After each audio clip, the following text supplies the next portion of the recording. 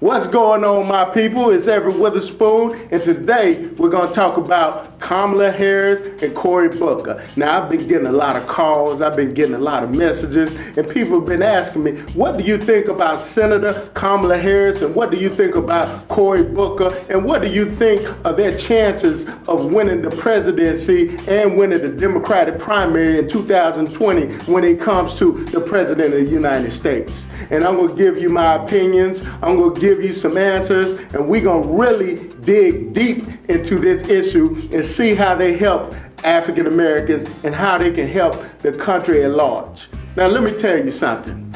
I'm going to be honest with you. I am rooting for Senator Kamala Harris. I'm rooting for Cory Booker, but that does not mean I'm voting for Kamala Harris or Cory Booker. I have to be honest, I'm a Bernie Sanders guy. I'm with the revolution. 2016, I voted for Bernie Sanders, and most likely I'm gonna vote for Bernie Sanders in 2020. But I am keeping my eyes and ears open, and I'm listening to what Kamala has to say. I'm listening to what Cory Booker has to say, along with Tulsi Gabbard, along with Elizabeth Warren, along with everybody.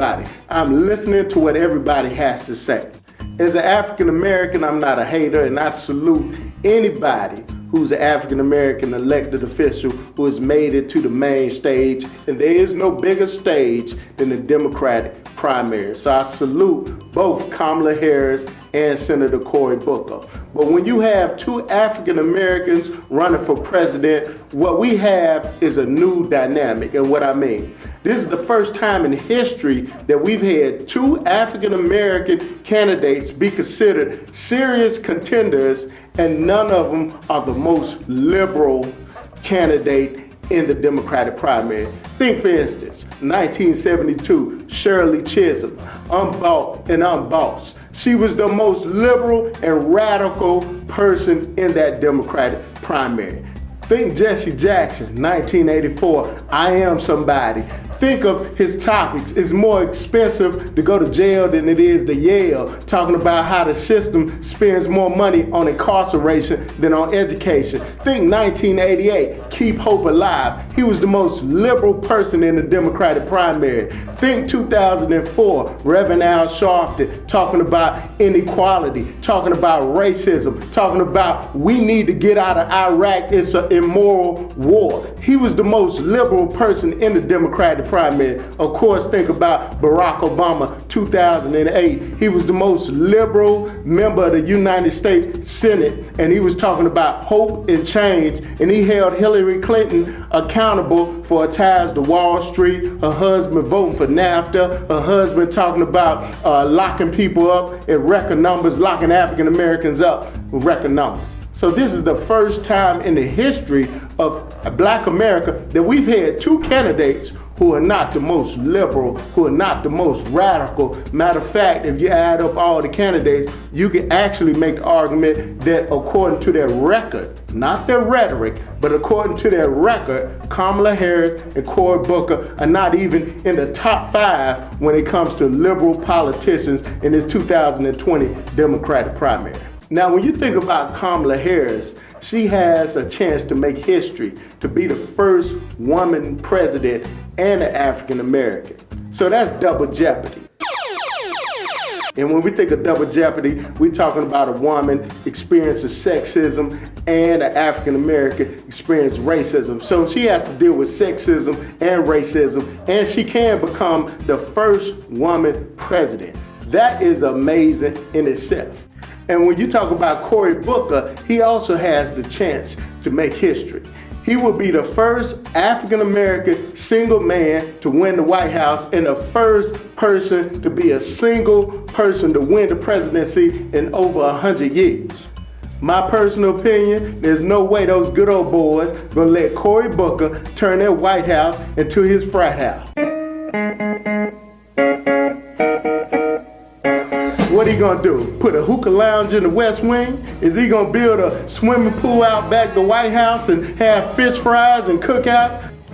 Not only does Cory Booker have to fight racism, but he has to fight symbolism.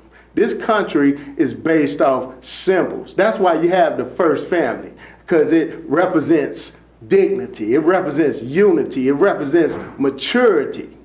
This is a single black man. What are you going to change the first family into the first crew? What is he going to turn the first lady into the first? I'm not going to even go there. I'm not.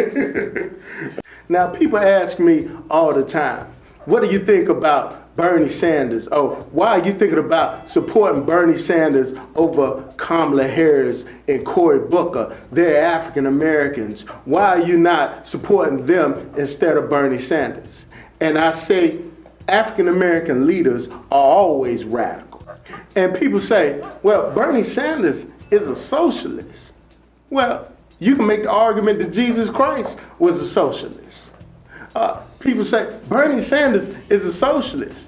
Well, if you read about Martin Luther King and they asked Coretta Scott, what is the first thing that stood out about Martin Luther King when you met Martin Luther King? And she said, it's the first time I ever met a black African-American socialist. If you look at African-American leaders have always been radical. Now, African-American misleaders have not always been radical, but African-American leaders have been radical. When you look at African-Americans, we're the last hired and the first fired. We're the unhealthiest. We're the poorest. We're the least educated.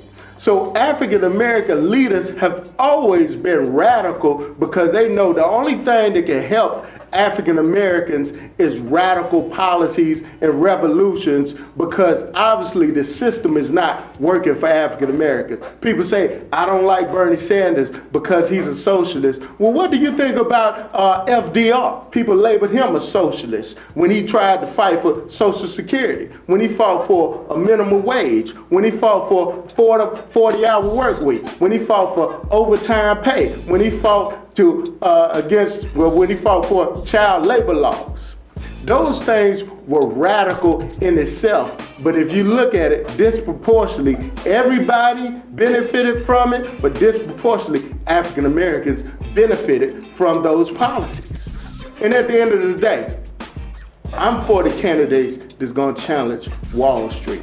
That's why I have to take a look at Bernie Sanders. I also have to take a look at Elizabeth Warren, because if you look at what is hurting people, and like I said, when America catches the flu, black people, we catch pneumonia. If you look at what's hurting America and disproportionately hurting African Americans, look at Wall Street. Look at the reason a lot of these jobs have left at R.J. Reynolds in North Carolina, at Ford in Detroit, in all these African American communities. They went overseas and they went to places like Mexico for cheap labor, but also because the stocks from these companies improve on Wall Street when these companies maximize their profits, and they do that by cutting labor.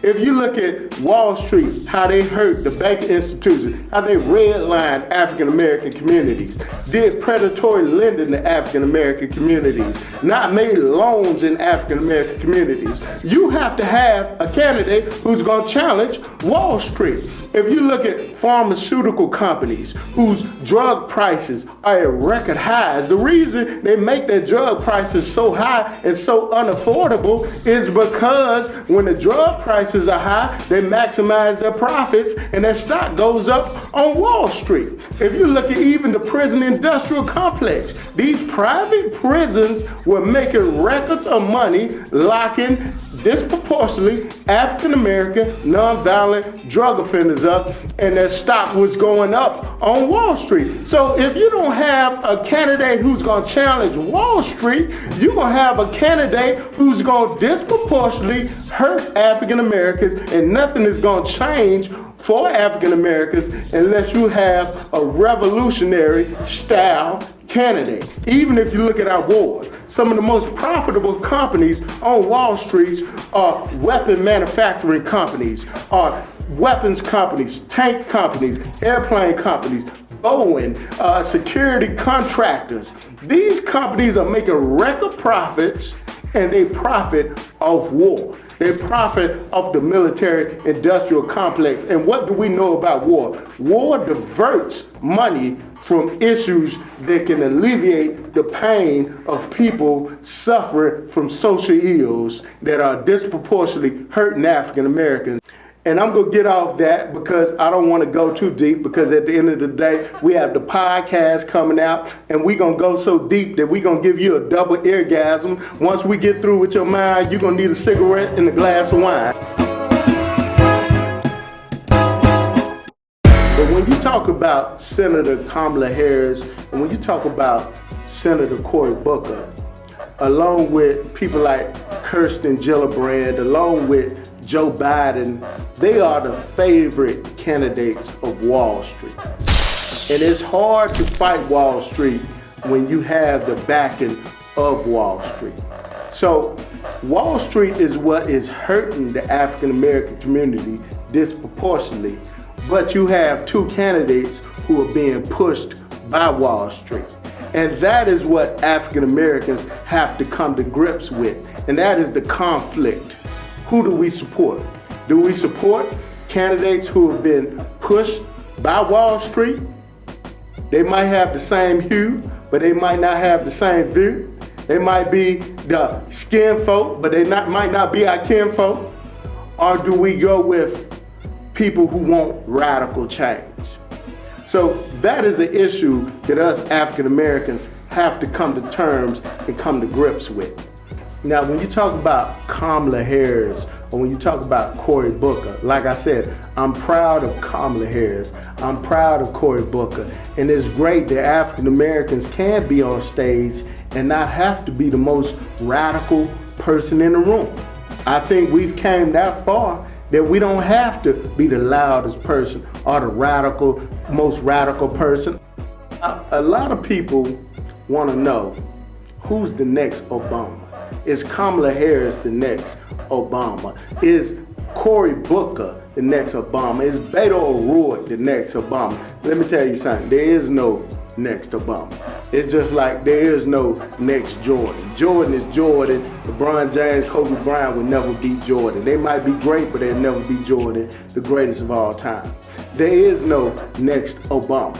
And I'm gonna tell you some things that makes Obama different from Kamala Harris and Cory Booker.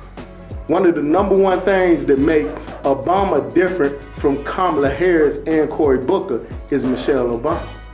Okay, Michelle Obama is just as charismatic as Barack Obama. Michelle Obama is just as smart as Barack Obama. We've never seen that combination before in the First Lady. So when Barack Obama was campaigning, he could have been in Charlotte, North Carolina, had 25,000 to 30,000 people. Michelle Obama could be in Raleigh, have 25,000 to 30,000 people. It was like Barack Obama was in two places at the same time. She's just as appealing as he is. You can't say that about Kamala Harris' husband or any other person's spouse. And you can't say that about Cory Booker because, as we know, he doesn't have a spouse. Another thing about Barack Obama and what makes him different from Kamala Harris is education. No one wants Junior to go to Howard, even though he got a full scholarship. FYI, it's pronounced Harvard. Hold on, here you go. Now, let me say this. Michelle Obama, everywhere she went during the 2008 campaign, would say, I graduated from Princeton. Then I got a law degree from Harvard. And she would say, Barack graduated from Columbia and has a law degree from Harvard, was the first African American ever over the Harvard Law Review. Now, when you talk about Kamala Harris went to a HBCU. And I went to a HBCU also. I think HBCUs provide the best education. I have my undergrad from Jackson State University, which is the best HBCU in the nation. I have the best band, have the best marching girls, the J-Set, have more football attendance than any other HBCU. And I received a master's from the University of Michigan at Ann Arbor. And I thought the HBCU education was more challenging. But that is not how the world perceives a HBCU. And when you talk about law degree, she has a law degree from University of California, Hastings. For people in North Carolina who don't know, that's about equivalent to if UNC Greensboro had a law school, it would be equivalent to that. So it's not in the same category of a Harvard law. And Michelle Obama always made it a point of emphasis to emphasize her and Barack's education, because some older people instinctively think that African Americans are inferior when it comes to intellect and education. So she put that out there intentionally to let people know that Barack Obama is just as smart as anybody. And I believe Kamala Harris is just as smart as anybody. But when you have Harvard credentials, it's much different from other schools, Harvard and Yale. Now, when you talk about Cory Booker, this is a guy who has a Yale law degree, undergrad from Stanford. And if you look at the Democratic primary, how it usually shakes out, it's been since 1984, Walter Mondale, that the Democratic Party has not had a nominee without a Yale or Harvard degree. And he has a Yale law degree, so it bodes well for him. Now, I think this cycle, it will break, and the nominee will not have a Yale or Harvard degree, but it's been since 1984. And when you have a Yale degree, like I said before, you have the ability to raise money that a lot of people don't have. You have the ability to raise money from the traditional institutions of the Democratic Party, because Yale and Harvard graduates run this country. But the thing that bodes well for both Senator Harris and Senator Booker is that they are both attorneys. And the last time there was a Democratic nominee who was not an attorney was 1976 President Jimmy Carter. So when you look at Bernie Sanders, he's not an attorney. So this actually bodes well if traditions hold to form when it comes to Cory Booker and Senator Kamala Harris when you talk about the Democratic nomination. One thing that bodes well for Kamala Harris is that she's more of a traditional African American. What I mean is she went to a historically black college, Howard University. She is a AKA. And she has the brothers, the Alphas. And for you white people who don't know what AKAs and Alphas are, Alpha is the fraternity that Martin Luther King was a part of, that Thurgood Marshall was a part of. So Kamala Harris has a natural built-in base that's not gonna waver from her. And this is the thing, you look at Iowa, you look at New Hampshire, Bernie Sanders might win Iowa, New Hampshire, he might split it, but when you go to California, Kamala Harris is the senator from California. She most likely will win that state. It'll probably be between her and Bernie Sanders, but the way delegates are given out, when you win Democratic districts, which are primarily African American and Latino districts, you get the proportional delegates, so you get a larger share. But when you come down south, and when you come to the South, where you have HBCUs, where you have large numbers of African Americans, when you get to South Carolina, then you start to see numbers coming in for Kamala Harris. That's when you start to see the power of HBCUs, the power of Black Greek organizations, the power of the AKAs, and the power of the Alphas. When you get to North Carolina, look, for instance, Shirley Chisholm in 1972, she won Mississippi and Louisiana, and she came in third in North Carolina. Barack Obama in 2008 won North Carolina. So if I was willing to bet, Kamala Harris is gonna play real good in North Carolina. She might even win it. She has a great chance of winning. Atlanta, Georgia, the state of Georgia, she's gonna win Georgia. She's gonna win South Carolina. She's gonna win, most likely, Texas. She's gonna win Louisiana, Mississippi. Most likely she's gonna win Florida. And even if she does not win those states, the way the delegates are calculated for winning Democratic districts, by the time she comes through down south, she is gonna have the lead when it comes to the delegate count over Bernie Sanders. So it's gonna be interesting to see what happens when Bernie Sanders and his revolution and his revolutionaries meet the AKAs and the Alphas and the HBCU graduates, and what happens. And my guess is the AKAs and the Alphas are gonna hold their ground. But that doesn't mean she's gonna get the nomination. That just means she's a major player when it comes to the Democratic nomination. So when you look at Senator Harris, one thing that's going to bode well for her is that she's an African-American woman. And let me tell you something, African-American women are the backbone of the Democratic Party. And when you talk about Bernie Sanders, he has two problems. He has a Democrat delegate problem, and he has an African-American problem, specifically African-American women. And even if you look at the 2016 general election, I know we're talking about the primaries, but if you're talking about the general election, 93% of African-American women went into that booth and voted for Hillary Clinton. 80% of African-American men went into that booth and voted for Hillary Clinton. 44% of white women voted for Hillary Clinton, and around 33% of white men voted for Hillary Clinton. So when you look at those numbers, that base of African American women, who in this Democratic primary can save that base away from Senator Harris? Can Cory Booker do it? He might get some, but I doubt it. Can Bernie Sanders do it? He might get some, but I doubt it. Can Joe Biden do it? I don't know.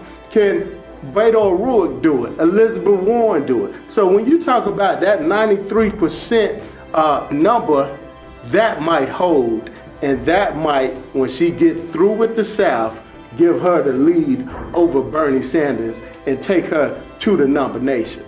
I'm not saying it's going to happen, but there is a chance that it could happen. So one thing about Senator Harris, she is in a good position because she has a chance to win the nomination, like it or not. But if she does not win the nomination, say for instance, if Bernie Sanders wins the nomination, there will be significant pressure to put her on the ticket as the VP, because you're going to need that African American woman vote and the African American vote. And if you do not put on the ticket, some African Americans will feel snubbed and they might just stay at home. The same thing if Joe Biden or Beto O'Rourke or if any male wins the race, she'll probably be the main person that you'll have to put on that ticket to carry the general election. When you talk about Cory Booker, one of the things that helps Cory Booker is, first of all, he's from New Jersey. If he can make it till New Jersey's Democrat primary, there's a lot of delegates. He's in that New York metropolitan area, that New York media area. They're very familiar with him. New York has the most delegates besides California. If he can make it to the New York primary, it bodes well for him. Also, when you talk about Cory Booker, look, he's prime time. He's been on the stage for years, so he's used to the media attention. He's not gonna fold. When you talk about 2016, when you talk about the Democratic Party convention, he had one of the best speeches. Matter of fact, his speech was better than Elizabeth Warren's speech. He stole the show from a lot of people. He spoke on the same night as Michelle Obama, Elizabeth Warren, and he held his own. So this is a brother, when you talk about the Democratic Party, debates really make or break candidates. When you talk about debating, when you're talking about being on the main stage, he's not gonna fold. He's not gonna get nervous under the pressure. He's used to the bright lights, and his profile might rise because this brother has a slick tongue. He knows the issues, and you think you have him pinned down on his Wall Street connections, but somehow he'll spin out of it and talk about the jobs he created and talk about how many jobs that Wall Street creates and how it has transformed the city of Newark, or whatever type of line he's going to use to persuade people to vote for him. So Cory Booker is a threat. It's just, can he more or less get the black community support? Now, there's a diagnosis called PTSD. That's post-traumatic stress disorder. A lot of soldiers have that when they come back from war. They've seen their buddies killed, or they've been shot, or they've lost a limb. A lot of people who've been beaten, been in bad relationships, been raped, molested, or abused have PTSD. But there's a PTSD when it comes to African Americans, and that's post-traumatic slave disorder. And that's the effects of slavery that they've had on African Americans and the way that they think and the fear that is put up on African Americans. And a lot of times that's why you see people like Martin Luther King, Malcolm X, Adam Clayton Powell, leaders, Sojourner Truth, whether it was Harriet Tubman, be so radical, because you have to deal with the effects of African Americans. And sometimes African Americans don't want to get involved. Like, there was a certain amount of African Americans that criticized Martin Luther King and the Civil Rights Movement for being in the streets, marching and being beaten. As I said before, even the Reverend Jackson, the biggest preacher of that time, criticized Martin Luther King for marching in the streets, because he said, Martin Luther King, you too dignified to be being beaten and sprayed with water hose and going to jail. You too dignified for that. But Martin Luther King's response, how can I be dignified when I can't even go to the Woolworth and get a damn milkshake? How can I be dignified when my children can't go to the school that they want to? How can we be dignified when I can't drink out of the same water fountain as my white brothers and sisters? How can I be dignified when I cannot use the restroom that a white person can use? So a lot of times when you talk about revolution, African Americans feel like they're too dignified to be a part of the revolution. But when you have a revolution, when you have a change of the structure, it helps African Americans, because we are the people who are disproportionately suffering from this system. And let me tell you something about African Americans. As I said before, African Americans, we think we have money. You could put together all the NBA stars, all the NFL stars, all your favorite African American actors, all your favorite African American celebrities, all your favorite African American singers. Hell, you can even throw Beyonce in there. Mix them all together in the pot. Listen to what I'm saying. You can throw all of the celebrities in. You can even throw Beyonce in, mix them all together in a pot, and you're still $8,000 short of the median income of Latinos. You thought I was gonna say white people. You're not even nowhere near white people. I'm talking about Latinos, who a lot of them are working as migrant workers for less up to $1 a day, less than $1 a day. And you put all the median income of African Americans together, and you're still $8,000 short of Latinos. That's why we need a revolution, and that's why African American leaders have never been afforded the opportunity to be sound, to be conservative. They've always been talking about revolution. They've always been talking about pressing the issue. Stokely Carmichael said, we're going to stop talking about we shall overcome, and we're going to start talking about we shall overrun. Because at the end of the day, real African American leaders have always been trying to fight against this system. Cory Booker, Kamala Harris, I look up to you. I'm rooting for you. I've been elected official. I've never been on your level. I've been elected official 8 years. Some people said I was too radical. But I urge you, I plead to you, especially Senator Harris. You have the ear of black women who control the Democratic Party. You have the ability. You're a forerunner. You can win this race. All I ask is that you put social justice at the forefront of your campaign and mean it. I know you support Medicare for all. I know you've talked about the reparations, and that's a whole nother discussion. So I'm proud of you for just bringing that to the forefront. But at the end of the day, in order for our community to have a change, we have to have somebody who's willing to stand up to Wall Street, who's willing to stand up to the military-industrial prison complex, who's willing to stand up to the pharmaceutical industry. You've put yourself in a great position, and I think the people are behind you. And I think after Super Tuesday, you might have the lead in the delegates. So I just think, with your people, African Americans who's hurting, people in the South who's hurting, people that graduate from HBCUs that don't have the opportunities that other people might have. It's your responsibility to put your foot down when it comes to social justice and be the leader and not forget the tradition of African Americans in politics who have been the headlight, not the tail light, the headlight when it comes to social justice. Thank you guys for tuning in. It's been my pleasure. And remember, click, like, and subscribe.